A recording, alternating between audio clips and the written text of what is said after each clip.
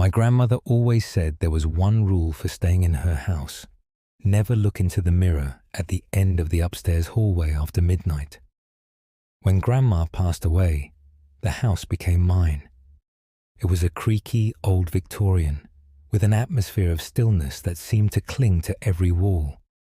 I spent my first night there unpacking boxes and trying to ignore the mirror she had warned me about. It was massive, framed with ornate carvings of twisted vines and grotesque faces. It stood at the end of the upstairs hallway, catching faint glimmers of moonlight through a nearby window. I didn't believe in her superstition. How could a mirror be dangerous? Still, something about it unnerved me.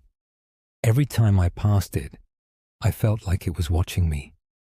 The first few nights were uneventful, though I noticed small oddities. Things seemed to shift when I wasn't looking.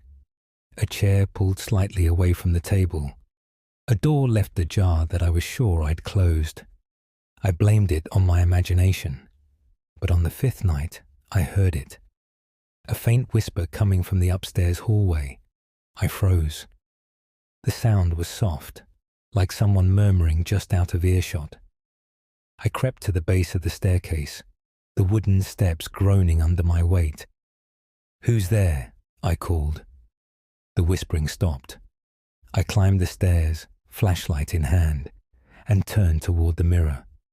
The hallway was empty, but the air felt heavy, like the house was holding its breath.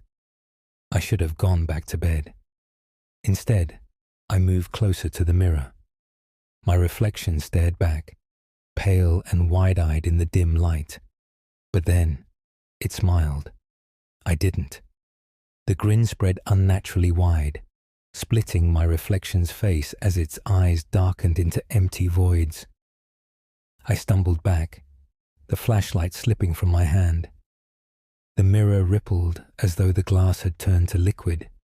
My reflection leaned forward, pressing its hand against the surface, leaving behind a dark, smudged print.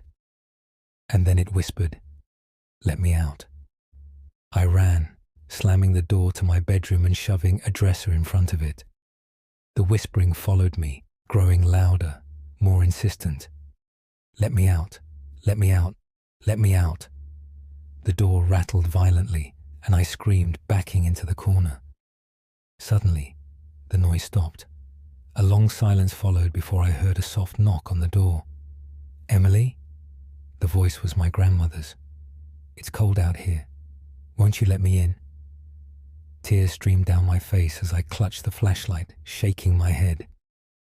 "You're not her," I whispered. The voice on the other side chuckled, low and guttural. "You're right. I'm not."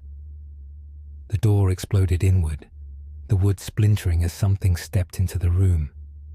It was my reflection, its face twisted and wrong, its eyes endless pits of darkness. I swung the flashlight at it, but it passed through like smoke. It grabbed my wrist, and the world spun as the room dissolved into shadows. When I woke up, I was in the hallway, staring at the mirror. Except now, I wasn't on this side of the glass. The room beyond the mirror was a warped reflection of my grandmother's house, dark, decayed, and filled with endless whispers.